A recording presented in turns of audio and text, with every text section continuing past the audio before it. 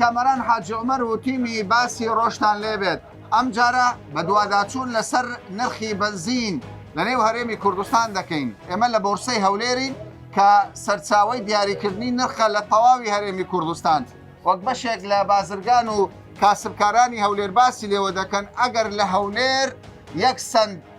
بنزین بەرز بێتەوە ئەوە کاریگەری لەسەر هەموو کوردستان دەکات تەنانەت باز دەوە دەکەن کاریگەری لەسەر دەوروبەر هەرێمی کوردستانیش دەکات چەند ڕۆژێکە ئەوان پەیوەندیمان پێوە دەکەن دەڵێن کاکە بنزین گران بووە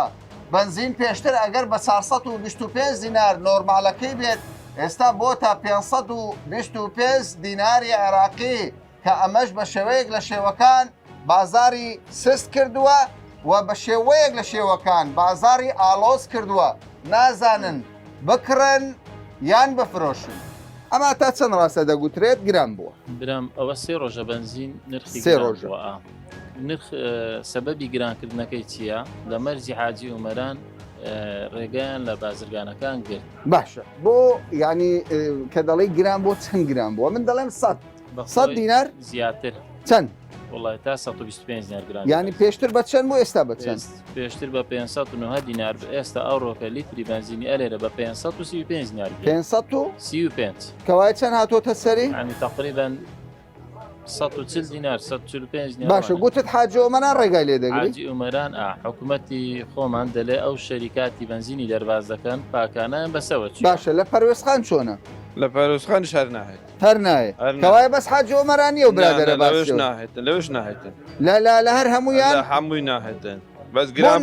بەرچ نایەنەکەش هەر گران دەبیت کە پلاتی عالەمی گران بووە باشە بەس $1 هەر گران دەبیت باشە تۆ یەک دقە با یەکشتم پێ بڵێ تۆ دەڵێ ڕێگان نادەن بێتە هەرێمی کوردستان لە پەروێزخان لە حاجی عومەران بەڵگەتان هەیە ینی کامیۆنتان هەیە چوزان لەولا هەیە ناهێلن داخل بیت بە ئێوەیان گوتێ ناهێلن ناهێلن داخل بیت ناهێلن باشە پێم بڵێ ئەو بەرزبوونەوەیە ینی خەڵکێک بەشتەی ڕۆتین دەبینی دەڵێ کاکە و کاسبکارانە چی خۆیان شێوەش کردێ دەڵێن لتری بنزین 110 دیناری هاتۆتە سەر لە هەموو دنیا گران بوو کاکە دەڵێن نەفت گران بووە بەڵێ لە هەموو شوێنە گران بوو علاقی بە کاسبکارەوە نییە هیچ وەختێک بنزیخانە و تاجرەکانیش حەز ناکەن گرانیکەن بەڕاستی کاتێک ئێمە بە سیارێک گاتە دەستمان مەجبورین گرانیکەین ینی ئەو گران بوونە زە فەقیر گرانن بەس باشە نە تاجر نە بنزیخانە زەرێر ناکە بەس ئەو کەسێک کە ئەچێ بنزینەکەی تێکات بەس ئەو زەرەکە باشە ئێمە ئەوە دەزانین ینی هەر شتێک کە گران بوو لە جیرفانی فەقیر دێتە دەرەوە کابرای دەوڵەمان جێی لێ نییە و کاریگەری ئەوەندە لە سەری نابێت بەڵام تۆ پرسیارەکەی من ئەوەیە دەڵێن کاکە دەڵێن سوتەمەنی بازاری سوتەمەنی گرێدراوە بە بۆرسەی جیهانی وانە وا ناڵێنەوە وایە وانە باشە ئێستا کە نەوت نرخی وا خەریکە 60 تێپەر دەکەم پێتان ئاسایی نییە کە بنزینیش گرانبی لە کوردستان یان ئەمە یان فێڵە شتێدا آخر فێڵەکە چییە ئەو گرانبوونە زۆر سریع بوو ینی بە یەک ڕۆژ ئەو زۆرە بەڕاستی $6 هاتە سەر سعری یەک تەن بە یەک ڕۆژ زۆر بەڕاست زۆرە باشە فێڵی تێدا یان تێدا نیە نەفێتیانە لە مێژە گراندەوە بەس خەزن هەبوو خەزن کرای هەبوو کە خەزنەکەی دێدی سەر و خەزنەکە نەما ماجبورە گران بێت ئەوەی دێتن بە بەڕاناگەن ئێران وەکو ئێران عیلاقی بە بۆرسەی جیهان نییە ئێستا ئەو بنزینە لۆمان لە ئێران دێت ئەگە بۆرسە نەفت نەبێت ئەوە چێت بنزینێک ئەو ئێرانی ئاراکە ئەوە بنزینی ئێرانی سوپەرە لە ئێران بە چەندامە لە ئێران ئەو بنزینە نرخی $400 باشە ڕێگا دەدا بێتە کوردستان ئەگە مەرز هەبێ ڕێگا دەدا بێت لە ئێران بە چەندە لێرە بە چەند لە ئێران بە 400 ئەو بنزینە بە $409 دەگاتە ئێرە ئەو بەو گرانی بە نرخی ئەو نەفتە ئێستا ئەوە سێ ڕۆژە ڕێنی ئەو بنزینی ئەوڕۆ بە $635 بووە ئەگەر ڕێ هەبێ ئەگەر ڕێ هەبێ حینەل دێتەوە 409 و 500 حەز دەکەی با نەفتی جیهانی بتە $65 تەئسیل لەوەی ناکە ئێران لەسەرکەشکە بپرسم تۆ باشە پێم بڵێ ئێستا ئەوەی لە کوردستان ئەو نرخەی لە کوردستان دانرایە باشە لەگەڵ بۆرسەی جیهانیە یان نا لەگەڵ بۆرسەی جیهانی نییە گرانترە هەرزانترە لێرە گرانترە چۆن بەڵگەم بدێ ئێستا وەکو کار $510 دەیفرۆشێ کە لیتری دەکاتە 550 دینار خۆشی لە ناو بانزخانە 525 دەفرۆشنەوە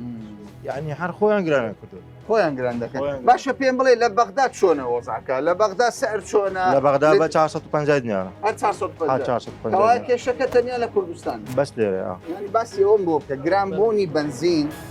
یعنی چ کاریگەری ڕوو دەدات لە بازار تەسیراتی چی دەبێت بەخۆی تاسیراتی لە عام هەیە لەبەرەوەی ئەوەی هەیە هەموو خەڵک ئەوەی ساری هەیە بنزین تێدەکات وە بەڵام بنزین ئێستا ڕەبتە بە بۆرسی عالەمی بازار زایف دەکات طبعا بازار زعیف دەکاتن بەڵام مدەیەک دوای دەکەت ڕێسکەی خۆی بازارەکە باشە گوتیان بەنزینێکی زۆر خەزنە ئەخە و خەزنەش ڕۆژێک دوو سێ نامێنێت داخوازیتان چییە؟ من داخوازیمان ئێمە معمەلمان هەیە من معمەلی خۆم نیە شەریکین لە کەرکووک موافقەی حکوومەتی عێراقمان لە کەرکووک کار دەکەیتەوە؟ خۆم لێرە کارەکەم ماڵم لێرە خۆم لێرە کارەکەم بەس معمەلمان لە کەرکووکە باشە ئێمە موافقەی حکوومەتی عێراق هەمووشت لە حکوومەتی عێراق وەرەگین بە ڕسمیات هەموو شتێک من تو جەکە دێن بۆێرە لە سەیتەرە پردی ئیزمان نادەن لە سەیتەرە دێگەڕە دێن ئیزمان نادەن لە سەیتەرە شێراوە دێن لە ئیزمان کەرکووکەوە دەهێنن هەموو موافقەشمان تەواو باڕ ئیجازەتان هەیە؟ ئیجازەمان هەیە تەنمیە هەموو شتمان هەیە بۆ ڕێگا نادەن ناسا پرسیار نەکردووە لە چووماڵێ بڕۆ سامان سوشتەکان سامان سوشتەکان موافقەی دوو مانگەم وەرگرت دوای دوو مانگە تەواو بێستا موافقەم بۆ تازە ناکەنەوە باشە ئەگەر بێت و لە کەرکووک بێ لە ئێران بێت نرخەکە دادەبەزێ بەڵام ئەگەر ئەو ڕێگرێک کە دەکرێتن لە سەیتەرەکان وادەکان نرخ لە هەولێر لە سلێمانی لە دۆک لە هەمووی بەرز ئێستا من موافقەی دوو مانگەم وەرگرت کاکامەرە سامان سوشتەکان هاتیت مشکلەمان نەبوو ئێستا موافقەم تەواو بوو چوومە تا سامان سوشتەکان 20 ڕۆژە عەریزەم داوە تا ئێستا جواب نییە هیچ جوابێک نیە لێ نابی داخل بێزە سیارە و مەسەد هەژدە سیارماتوە لە سەیتەرە سێ ڕۆژە سەیتەرە بێم داخل ناکرێت چارەسەر چۆن دەبینن چارەسەری ئەو دۆخە دابەزینی نرخەکە چۆن دەبینن وڵات ترس بەگە سێتەرە شتێکمەوە بکە سەیتەرەکان ئەرەوەڵا ڕێگا بدرێ ئازاد بی لە عێراق بێ لە ئێران بێ ئاسایی ئێستا بەرقی ڕاوەستە هەموو خەڵک دەزانین سیارە داخل نابی هیچ چەند ڕۆژە سیارە داخل لە کوردستان نەبوو هیچ سەیتەرە داخل نابێت یعنی لە حدود گومرگەکان هیچ لە هەولێریش هەولێر سعر لە هەولێر چۆنە لە سلێمانی چۆنە لە دۆک ئێستا لە سلێمانی گرانترە لە هەولێر نەوت بنزین لە سلێمانی گرانترە نەوت بنزین هەولێر لە سلێمانی گرانترە لە هەولێر بۆ ئارزانتر دێتە بێکوان ئێکوانە سیارە داخل ناکە ئێستا تەری سیارە بتەعاف دۆرە داینە حکوومەتی خۆم کەوا ئێستا لە هەر سێ پارێزگای لە هەر چوار پارێزگای کوردستان نرخەکان وەک یەک نییە نییە وەک یەک نییە کەوا پێویستە حکوومەت بە تایبەت وەزارەتی سامانە سروشتەکان ئاگاداری بازار بەڕێ باشە ئەمە بەشێکی زۆر لە کاسبکارانن ئەوەی کە من تێبینیم کردبی یعنی هۆکاری بەرزبوونەوەی نرخی نەوت بنزین گاز لە کوردستان پەیوەندیدارە بە بۆرسا کۆمپانیەکان وا بیر دەکەنەوە کۆمپانیای کارە کۆمپانیای قەیوانە ئەوان بیر لە بەرشەوەندی خۆیان دەکەنەوە دەڵێن کاکە لە دنیا گران بۆ ئێمە گرانی نەکەین بەڵام لەگەڵ ئەوەشدا من دەمەوێت بەرچاوڕوونی بدەم بە بەرپرسان دڵنیام وەزارەتی سامانە سروشتەکان باش ئاگاداریان پرسەیە بەڵام بەرچاوڕوونیەک بدەم بە خەڵکی کوردستان یعنی ئەگەر بێت و بنزین لە کەرکووک لە بەغدا چوزانم لەو پاڵەوتگانەی کە عێراق بەرهەمی دێنێ بنێرێت بۆ هەولێر بنێرێت بۆ سلێمانی بنێرێت بۆ دوهۆک وە لە ئێرانەوەش دەرگاکان بکرێتەوە وەکو کاسبکاران باسی لێوە دەکەن لە پەرویزخان لە حاجی ئۆمەران تا ڕادەیەک سستی هەیە لە داخلکردنی ئەگەر پێشتر 100 کامیۆن 100 لۆری داخل کرابە ئێستا لەوانەیە ڕێگا بەدە بدەن بۆ چییە دەیانەوێت نرخەکە لەگەر بۆرسەی جیهانی سابت بێ بنزین لە یان نەور لە دنیا بەرز بێتەوە لێرەش بە هەمان شێوە بەرز بێتەوە بەمەش بە شێوەک لە شێوەکان داهاتێک بۆ کۆمپانیاکان لە پشتە ئەویش ئەگەر داهات بۆ حکوومەتی هەرێمی کوردستانی لێ بکەوێتەوە.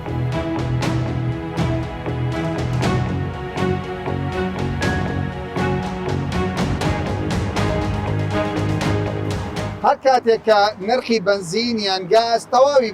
ینی پێکاتەکانی نەوت گران دەبێت بەشێک لە خاوەن بەنزینخانەکان دەست بە فرتوفیاڵ دەکەن ینی کوالیتی بەنزینەکە کاریگەری لەسەر دروست دەکەن بە شێوەک لە شێوەکان فرتوفیاڵ دروست دەبێت تیمەکانی پشکنین لە هەولێر کە سەر بە وەزارەتی سامانە سروشتیەکان لە بەڕێوەبەری بەرایەتی دابەشکردنی سوودەمەنی لە هەولێر کاگازات کاگاوێس کە ئەندامی لژنەی وەرگرتنی سێمپڵن ئەمان بەدواداچوون لەسەر بەنزینخانەکان دەکەن ئێستاش وەک دەبینن هاتوون هەندێک لە بەنزینخانەکان بەسەر بکەنەوە بزانن نمونەیە و بەنزینانەی کە دەفرۆشرێت بەنزینی سوپەرە نۆرماڵە چوسوانم عادیە بزانن جۆرەکانی چۆنە بەڵام بەر لەوەی بچینە بەنزینخانێک دەمەوێت بپرسم ڕۆژانەی ئەوە سەردانی بەنزینخانەکان دەکەن بەڵێ ڕۆژانە و وەختمان دیاری نییە دیاری نییە شەو بێ ڕۆژ بێ سبەینانە ئێوارانە شەوە هەر کاتێک دەرەچینە سەر بەنزینخانەکان لا عالە تەعین بێ ئەوەی دیاری بکرێت دەچنە سەر بەنزینخانە و نمونەی خۆمان وەرەگرین باش ئێستا بەنزین گران بووە و بەسەرەکەوێ بۆ گران بۆ بەڕای تۆ واللهی بڵێم زیاتر لەوانەیە ساری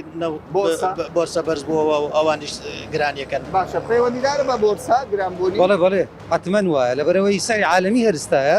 اعتیادی ئەوش گران دەبیت گران دەبێت یان کەواتە ئەگەر نەفت بوو بە 65 دیشتان گران دەبێت گران دەبی گرانتر گرانتریش چاوەڕێ دەگرێت ئەوە دەگەڕێن باشە ئەمانەکە کارمەندی ئەوەن بەڕۆبەتی گشتی سوتەمەنین دابشکردنی سوتەمەنی لە هەولێر هەرواسەر بە وەزای سامانە سروشتەکان باسەوە دەکەن بۆ کاری گرانبوونی بنزین لە هەر شوێنێک بە تایبەت لە کوردستان پەیوەندیدارە بە بۆرسا ئێستا ئێمە چەند بەزیخانە بەسەر دەکەینەوە وڵی ئەمە ڕۆژانە 1 2 3 بەزخانە پێش چەندمان پێ کورتفێرەکان چۆنن هەیە نییە هەیە بەڵام لەوەتەی ئێمە دەست بەکاربووینە توانیتمان کۆنتترۆلی بکەین یعنی هەر بەنزیخانە بەڵێ زۆریش کەمتر بوویتەوە لەبەرەوەی هەر بەنزیخانەیە کە حالەتێک بۆ ئیزراعاتی قانونی خۆی لەگەڵ کرایە بەنزینی پێگۆڕدراوە غرامە کرایە قەپات کرایە ئیزراعاتمان زۆرە هەمووان هەیە لە مانجی هەفتەوە ئێمە دەست بەکاربووینە کە دەچینە سەر بەنزیخانەکان ئێمە کە ئەوەی وەری دەگرین دەنێرین لە مختبەر کە هەمووی بۆمان دێتەوە جار لە جار لە کەمبوونایە با بڕۆین زین چۆن دێت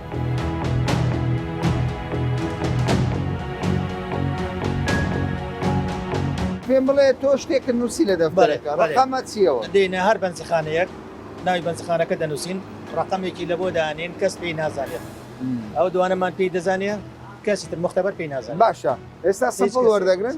سامپڵەکە وەردەگرن یانی سێ نمونە لێمان پرسی چەند زۆریان هەیە بۆتان سێمان هەیە چەند نمونیان هەبێ نۆرمەڵیان هەبێ محەسەنیان هەبێ سوپەریان هەبێ جاری وهەیە بەنزیخانەیە دوو نۆرمەڵی هەیە هەرچەند نەوع بنزینی هەبێ وەری دەگرین بەنزیخانە هەیە یەک نوع دەفرۆشێ خاستە ڕێگای خەزانیشی فەرقی هەبی یعنی دوو خەزانیان هەبی لە یەک نۆرماڵە هەردووچی وەردەگرین ئێستا پشکنینەکە چۆن دەکەن دەیبنەوە تاقیگا ئێستا بڵێ تەسلیمی مختبەری دەکەین دایاندەینە نەتیجەی بەیانی دەنێرنەوە لە بۆ دایرەی ئیزراعاتی لەگە دەکرێت باشە ئێستا تۆ هەوڵ بدا وەکەی وەربگرین زان چۆن ئەوە چەندەم جارت تیم دێت سەردانی ئەوە سێم جارە مانجی هەفتەوە ئێمە دەست بەکاربووین هەتاوە کۆڕۆ سێمە جارە دێنەوە بەنزیخانەی ئێمە دەبی سنووری دەسەڵاتی سنووری هەولێر هەمووی ئێمە بکەین هەر وەجبەی سەرپێچیتان زۆر زۆرمان هەیە یانی لە سەدا چەند بۆ نموناگە دە بەنزیخانە چەندی سەرپێچی بووە واللهی تەقدیر ناکرێت تەقدیر ناکرێت بۆ نمونە ینی بڵێن لە سەدا چەند بەنزیخانە پابند بووە لە سەدا چەندی پابند نەبووە وەختای تەقدیر ناکرێت بڵێم بزەبەت 1 لە 100 2 لە 100 ئێستا تۆ دەدە بەنزیخانە بەسەرکەیەوە چاوەڕێی چەند دەکەی مخالفی تێدا بن ئێستا قەنەعەت کە عەدەدەکەی زۆر کەم بووە پێشتری هەبوو هەمان بوو زۆرمان بوو دەمانتوانیم چینە ڕۆژ 6 بەنزیخانە 7 بەنزیخانە نیوەی خراپ بوو نیوەی بەڵام پێم زراعەتەکان دەگۆڕێت جارێ بە زەمانجی هەفتەوە لە مانجی هەفتەوە تا ساڵی پار بەڵێ باشە وەکو تیمی بەڕێوەبەرایەتی دابەشکردنی سوتەمەنی لە هەولێرکە تایبەتن بە پشکنینی گاز و بنزین و چوزانم هەموو مشتەقاتانەی کە لەنەوە دروست دەکرێت لە مانگی هەفتەوە سەرپێچەکان زۆر بوو بەڵام دوایەوەی ئەو تیمە دروست بووە ئێستا سەرپێچەکان کەمە خۆیان باسدەوە دەکەن دەڵێن پێشتر ئەگەر دە بەنزیخانەمان بەسەر کردەوە پێنجی سەرپێچی بوو باشە سەرپێچەکانیان چی بووە بنزینەکانی کوالتی خراپ بوو چیە سلڤەری ئەوان دەزانن مختبەرەوان دیاریەکەن چی تێدەکرێت کوالیتی گادە بەزین کوالیتی زۆری بەنزیخانەکان ئێستا بۆ خۆیان بنزین دەکڕن و تێکەری دەکەنەوە سوپەر لەگەڵ سوپ نەوعی بنزین بنزینی تێکرد بە چەند بوو بە 525 کامیان ئەوەی خواڵێت عادیان نۆرمال نۆرمالی تێکرد چەند گرام بۆ بنزین والله نازم من أوراقي من نوي ما پێ 475 دینار بوو 475 بله ئێستا چەند لتر تێکرد 10,000 بله فول بوو یان فول نەبوو نەخێر نافول نەبوو فول نەکرد ئیمکانیت نەبوو ئیمکانیت نەبوو بەنزین گرامی تاسی لە ئیش دەکات ئەتو ئەو سیارە بۆ ڕسقتە یان بۆ پیاسەیە والله بۆ ڕسقمەوە بۆ ڕسق ئەمە نمونەی سێ بەنزینە سێ بەنزینە کام و کام محەسەن نۆرمال سوپەر هەر سێ نمونەیە باس لە نرخ بۆ دۆ نرخەکەی بەرزەوە ئەوە ئێستا تەماشای دەکەم نۆرمال بە 450 و 475 بوو ئێستاوە 525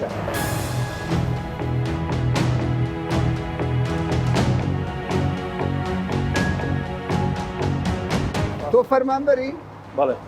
ئێستا بەنزین گران بووە وڵی ئەتا ئێستا گران نەبوو بەدەوە تازە هاتم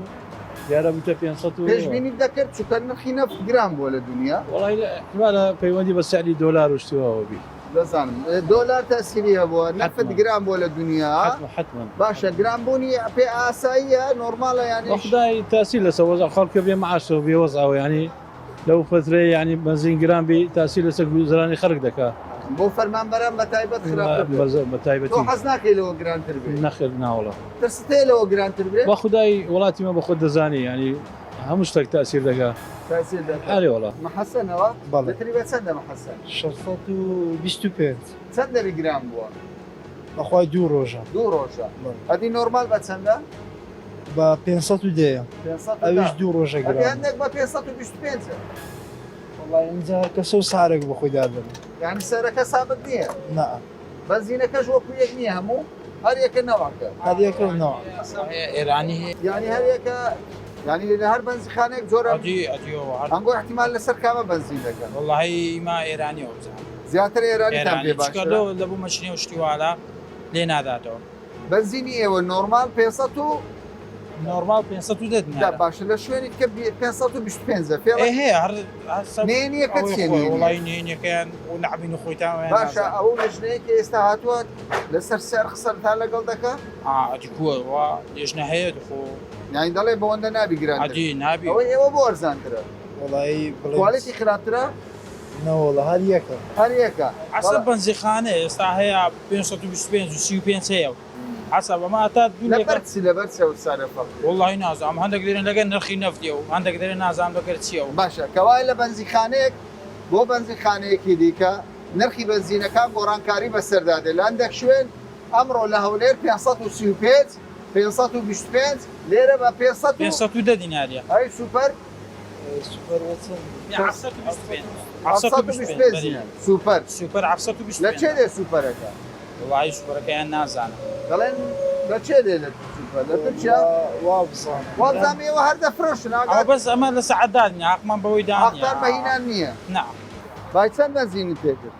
با 25 زاری هەموو جارێ ئەوەندەی تێدەکەی کات دەگۆڕ یعنی ئەزارێ بە پێی ئەو سیارەکە پێویست پێ باشە لە هەموو شوێنێک بەنزین تێدەکەی نەخێر بەس لێرە بەس لێرە بۆ لە هەموو شوێنێک تێناکەی ئەکوالەتی بازنەکەی دەبین لە هەندە زێ خراپترە یعنی بەڵام لژنە هەیە بە دوواداچوون دەکەن شکنینی بۆ دەکەن سیقە بە هەموو بەنزیخانەیەک ناکەیت سقە پێ ناکەم ناکەیت چیە شوێنێک بەنزینی خراپ و بێت بەنزخانەی هاتیمە دەرێ 100 مەترێک نەڕۆشن فیپەم سوتایە سکاڵان لێکرد ناوەڵە سکاڵان ئێستا بەنزین گران بووە بوویتە چەند ئێستا من سوپەرم تێکردێ بە 775 بەرێ زۆر نییە بەڵێ زۆرە ئەو وەختی ئێستا زۆرشە تاسیر دەکات لەو زۆر زۆر تاسی دەکە بە پێ ئەو موچە و ئەو داهاتێت و هەیتا کە ژیان ڕۆژانەتە کە پێویستیشە بەرە زۆر گران بەنزین بە چەند تێکرد 525 گران بووە من لەگەر فولە بەنزینی جارێک پێستا 5000 فەرقا 5000 بڵێ یعنی پێشتر بە چەند پێکرد 15000 هەمان ڕێژە ڕێژە زیاتر بوو باشە نرخەکە ئێستا ببینێتەوە باشیان ترست هەیە گرانتر من گرانە پێشتر ئێمەداکەین بە چاسای تێمان دەکرد لەگەر تۆ چاسە زۆر باش بەنزین گران بووە خۆی گران تاسیر لە ئیش دەکات وڵای چۆن تاسیر ناکرد برا یعنی چۆن تاسیر دەکات خودی گرانە برا چەند لتر تێکرد تۆ ئەوەی تۆیە 26 لتر 14000 دا وا دەکات کرێی تەکسیش گرانبی پێشتر داخلیەکەت بە چەند دەکرد خودی داخلی خارجی دەکەم دۆ یعنی ئێستا بۆ ئێوە زەرەرەوەی خارجی چەند بی باشە بۆ ئێوە خودی برا 400 بێت کەوتر بمە باشە 400 باشە بەڵام ئەگەر بنزین بۆ تەکسیەکان بە نرخێکی جیاواز دە خصوصیەکان بدرێ هەر باشترەوە تاوان بە باشترە تۆ داوای ئەوە دەکەی لەوە زار سامانە سروشی داوا دەکەم تەرەکان لۆ تەکسی بە هەرزانتر بێت هەری خودی هەرزانتر بێت بەنزیخانەی تایبەت بە تەکسی نییە نامەوەیە تجاریە بەێ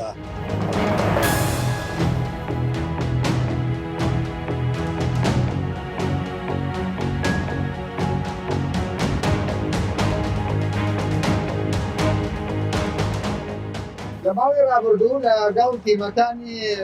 وەزارەتی سامانە سروشتیەکان لە هەولێر 4 بەنزیخانەمان بەسەر کردەوە ئەوەی من تێبینیم کرد لە هەر یەک لە بەنزیخانەکان سارێک بوو لە 3 بەنزیخانەی دەستپێک بازار نەبوو بەڵام لە 4ەم بەنزیخانە وەکو دەبینن ئۆتۆمبیلێکی زۆر لێرە بەنزین تێدەکات واتە هاوڵاتی متمانەی بە تەواوی بەنزیخانەکان نییە ینی متمانیان نییە لە هەر شوێنێک بەنزین تێ بکەن دیارە لێرە متمانە زیاترە پێشترە و بەنزیخانەیە بە شێوک لە شێوەکان بەنزینەکەی باش و بۆیە خەڵک لێرە بەنزین زیاتر تێدەکات متمانە دەوری هەیە لە بەنزیخانە حتمما خەڵک تەجروبەی هەیە ساڵانە ڕۆژانە مانگانە تێدەکات نەتیجە دوای دەردەچیت کام بەنزیخانە باشە و بێغەشە و تێدەکات باشە سەبارەت بە بەنزیخانەی ناوخۆی و دەرەچی ئێوە تیمی ناوخۆن زیێدەتن ئەوانەی دەرەچیش سەردانیان دەکەن لە شەقامەکانی ڕئیسی هەولێر سلێمانی هەولێر دوهۆ بەێ هەموو ئەوەی حدودی قایمقامیەت ناوەندی قایمقامیەت هەتا لۆفەکاری مەسیف هەتا ڕێگەیە زۆرتری سەرپێچەکان لە ناوخۆنیان لە بەنزیخانەکانی خارجین واللهی هەیە بەس دەرەکیەکان زیاتر باشە سەرپێچی ئەوانەی کە بەنزیخانە کوالیتیان خراپە هەر بۆ بەرچاوڕوونی هاوڵاتیان زیاتر ئەو بەنزیخانانەی کە لە دەرەوە کار دەکەن تیمەکانی پشکنی لە وەزارەتی سامانە سروشتیەکان دەڵێ لەوێ زیاتر سەرپێچیە ناوشارەکان تا ڕادەیەک کۆنتڕۆل کراوە بەڵام نرخ فەرقی نرخ ڕەبتی بە بۆرسەی عالەمی وەیە نفتی عالەمی گران دەبیتن حتمما بازارش گران دەبیت دابەزی سبێنێ خوا نەخواستە بێتە خوارێ خوا نەخواستەمە بەستم واریداتەکەیە کە دابەزی بێتە خوارە $35 بینیمان بە 500 هەیە بە 510 هەیە 525 بەنزینەکان هەموو مەزدەریان یەکنی هەتا وەکو سعری یەک ئازادن ئەوانە بۆ خۆیان سەرنا نرخدانە ئازادن ئازادن ئەمە لە قازانجی هاوڵاتیان زەرەرە وڵایەکی زەرەری هاوڵاتیە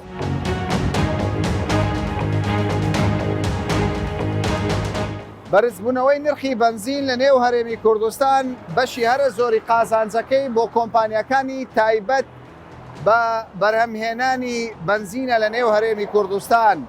و بەشێکی دیکەشی وەک هەندێک جار باسی لێوە دەکرێت بۆ وەزارەتی سامانە سروشتیەکانی حکوومەتی هەرێمی کوردستانە زەرەری گەورە شۆفێرانن کە بەردەوام کاری شۆفێری دەکەن و ڕۆژانە